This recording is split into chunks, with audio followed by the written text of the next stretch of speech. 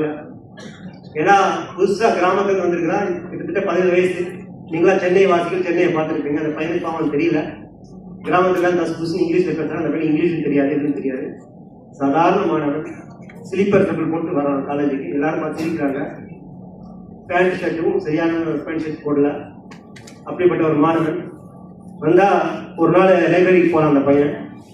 அப்போ ஒருத்தர் வந்து என்னப்பா என்ன பண்ற தம்பி கேட்குறாரு.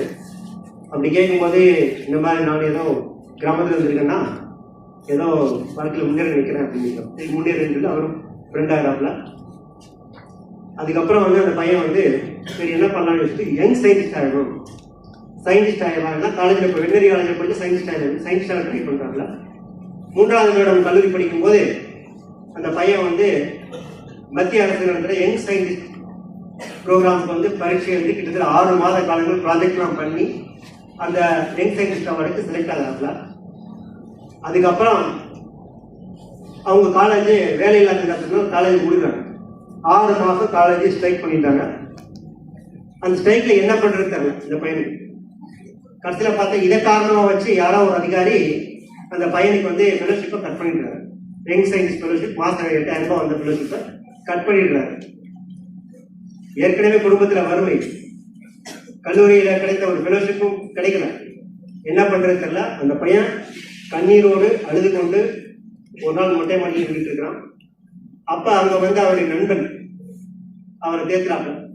இந்தியாவில் நடந்த ஒரு எக்ஸாம்ல வந்து இந்த அளவுக்கு சயின்டிஸ்ட் நீ வந்து செலக்ட் ஆயிருக்கிறார், இது கிடைக்கலாம்னு பரவாயில்ல, இதோட நல்லது கிடைக்கும்னு சொல்றாப்ல.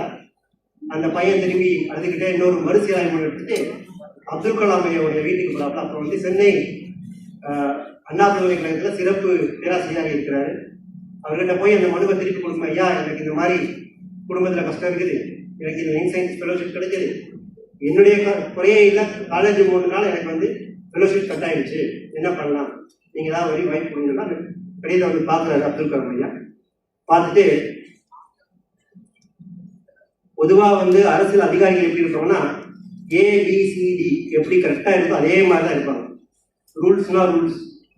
ஸோ இதனால பொதுவாக இந்த மாதிரி திட்டத்தில் வந்து அதிகாரிகள் உங்களுக்கு கடிதத்தை ரிஜெக்ட் பண்ணுறாங்க.